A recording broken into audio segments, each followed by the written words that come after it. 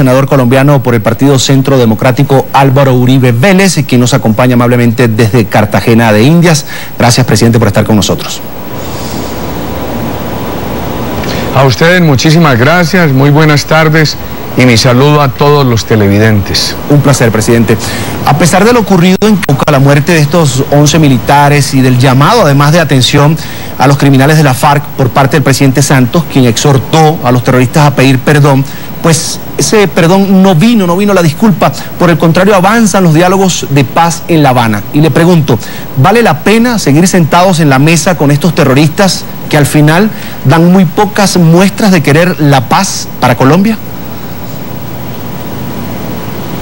Bueno, ¿cuál es la realidad? La realidad es que este grupo en los últimos años se ha rearmado, ha ganado una capacidad criminal que venía perdiendo hace 5 años y ha ganado una vocería política que le habíamos anulado como grupo terrorista. Ahora se discute el tema de los menores, ellos siguen reclutando menores, ellos no liberan los menores reclutados, ellos siguen incrementando el narcotráfico, continúan asesinando soldados y policías, extorsionando colombianos, ampliando cultivos ilícitos. Yo creo que es muy difícil avanzar en un proceso de paz cuando el que avanza es el terrorismo en contra de la democracia colombiana. Por eso nosotros hemos dicho que se debe exigir ahora lo que el gobierno nunca quiso exigir para empezar el proceso, que este grupo cese totalmente sus actividades criminales, que eso sea verificable, que para que sea verificable este grupo se tenga que ubicar en un sitio, que no sea sitio de frontera, que no sea sitio de población civil, que sea de prudente área, que no sea sitio estratégico para la economía, si se quiere con vigilancia internacional, y que eso permita inferir que cualquier delito que se cometa por fuera de ese sitio ya no es imputable al grupo terrorista FARC. Nosotros hemos dicho que eso es urgente, que se deberían suspender los diálogos mientras eso se da, sin levantar la mesa. Mantengan la mesa, pero no avancen en el diálogo mientras se le da esa garantía a los colombianos.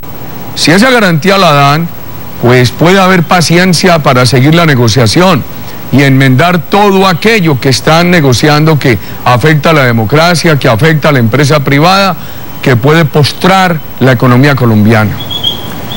Presidente, fíjese, hoy los cabecillas negociadores de la FARC en La Habana hicieron una aclaratoria sobre el tema de la participación de niños en sus filas. Fíjense lo que dijeron que solo se comprometieron a no seguir reclutando a menores de 17 años, pero que nunca asumieron el compromiso de retirar a los que ya forman parte de esta organización criminal. Y le pregunto, ¿ha sido débil el gobierno de Santos al no presionar para que esos niños puedan quedar en libertad? Se estima además que habrían 2.000 niños en la estructura de la FARC. Bueno, esas son las razones de nuestras críticas al proceso, que el proceso hasta ahora ha servido solamente para que el grupo terrorista, que es el mayor grupo narcotraficante de cocaína en el mundo, adquiera una careta ante el mundo de legítimo contradictor en una guerra que no existe, porque aquí no existe una guerra, aquí existe un desafío narcoterrorista contra la democracia colombiana. Entonces nos preocupa mucho que el gobierno continúe el diálogo sin que la FARC cese totalmente sus actividades criminales y sin que facilite la verificación de ese cese. Por eso hemos dicho, suspendan el diálogo, pero no levanten la mesa. Suspendan el diálogo sin levantar la mesa hasta que se dé esa condición. Presidente, usted se reunió esta semana con el ministro Néstor Martínez. Al finalizar ese encuentro, el ministro dijo que usted era un patriota, esto después de ser criticado por su posición frente al proceso de paz. ¿Cuáles fueron esas recomendaciones que usted le dio al ministro en ese encuentro? No, nosotros le expresamos al señor ministro en privado lo que le hemos venido diciendo a la opinión ciudadana y hemos venido repitiendo en el Congreso de la República, lo que ha dicho el director de nuestro partido, el excandidato doctor Oscar Iván Zuluaga, mis compañeros del Congreso y mi persona.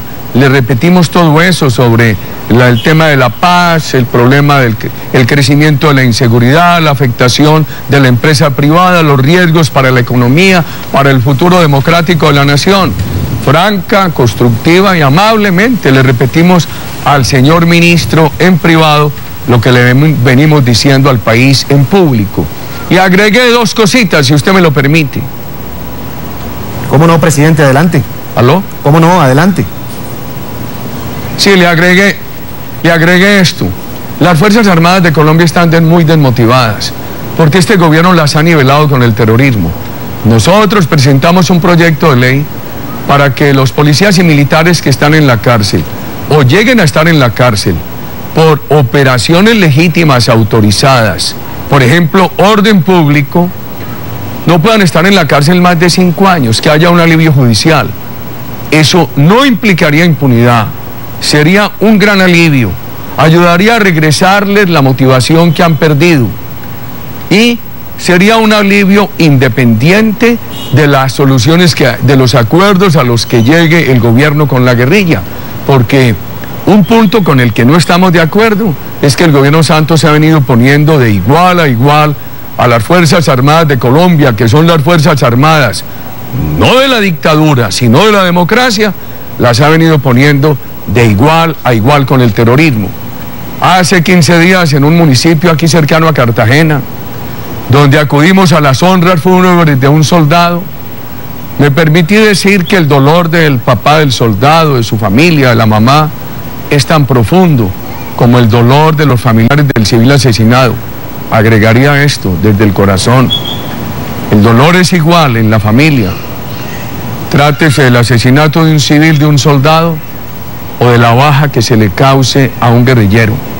Por eso consideramos que no es ético que el gobierno avance en un diálogo en Cuba, mientras aquí siguen matando soldados y policías y siguen con los menores secuestrados. Y además es otra violación ética, adicional a todas las que han cometido el terrorismo, porque sus cabecillas siguen dialogando en Cuba, pero los guerrilleros rasos en Colombia siguen exponiéndose a que los den de baja. Por eso nosotros insistimos que se necesita ese cese de actividades criminales, vigilado, con concentración, íntegro. Presidente Uribe, según el último estudio de opinión de la firma Gallup, el colombiano comienza a perder interés en la salida negociada con estos criminales de la FARC. De un 69% que creía en esto, ahora el índice bajó a 52%. Y le pregunto, ¿a qué atribuye usted de este fenómeno? Los colombianos creen que este proceso ha venido conduciendo a que haya mayor violencia, a que haya un protagonismo político injusto de grupos que son narcotraficantes y narcoterroristas, y hay dolor y hay preocupación. Por eso nosotros creemos que este proceso necesita que se le dé credibilidad, y esa propuesta nuestra creemos que le daría credibilidad al proceso que le ha venido perdiendo. Esta misma encuesta, presidente, habla de una caída del 14,8% en la popularidad del presidente Santos y un posicionamiento de Álvaro Uribe con 59%. ¿Dónde cree que está el punto de quiebre, presidente? Yo soy muy mal analista de encuestas. Cuando me salen buenas digo, hay que trabajar para que no se caigan. Y cuando me salen malas digo, hay que trabajar para bregar a subirlas. Yo creo que esto no tiene que ser un tema de encuestas, sino un tema de consecuencia, un tema de coherencia. Mis compañeros en el Centro Democrático y mi persona, con errores y aciertos, trabajamos todos los días, pero con amor a Colombia, sin cólera, pero con convicciones firmes, pensando en el bienestar del país.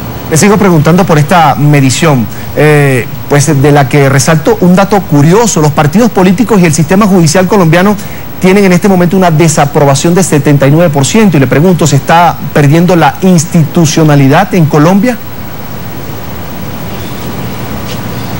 No hay duda, y es muy preocupante lo de la administración de justicia, porque cuando yo era estudiante de Derecho, uno sentía un respeto reverencial por las Cortes en Colombia, por la administración de justicia. Eso se ha perdido, porque ha entrado la politiquería en la administración de justicia.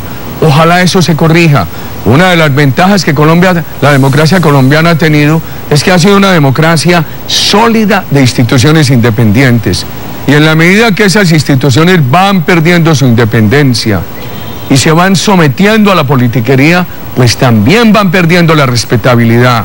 Es hora de que se haga un alto en el camino la Administración de Justicia se despoje de cualquier sesgo político, defienda solamente los preceptos del Estado de Derecho, porque los parlamentos son políticos, los partidos son políticos, y las altas encuestas en la política son difíciles de lograr y de mantener. Donde más difícil es ganar credibilidad es en la política, es donde más fácil es perderla. Pero lo que no debería estar sometido a estos imponderables de la credibilidad pública es la justicia, porque la justicia debe estar por encima en el Estado de Derecho de la emulación de quienes participamos en lo que es el permanente discurrir de la política. Presidente, también quiero su opinión, ya para finalizar, sobre el estado de la democracia en América Latina, cuando uno ve gobiernos como el de Venezuela, que asfixia a la prensa por todas las vías, que además persigue a los pocos empresarios que quedan activos y encarcela a sus detractores y además culpa a otros de los errores de su gestión, o por ejemplo el de Ecuador, cuyo presidente Rafael Correa pues asegura que la prensa de la región es mala, muy mala. Esto solo por citar dos ejemplos. Le pregunto, ¿estamos en emergencia en América Latina en cuanto a democracia se refiere?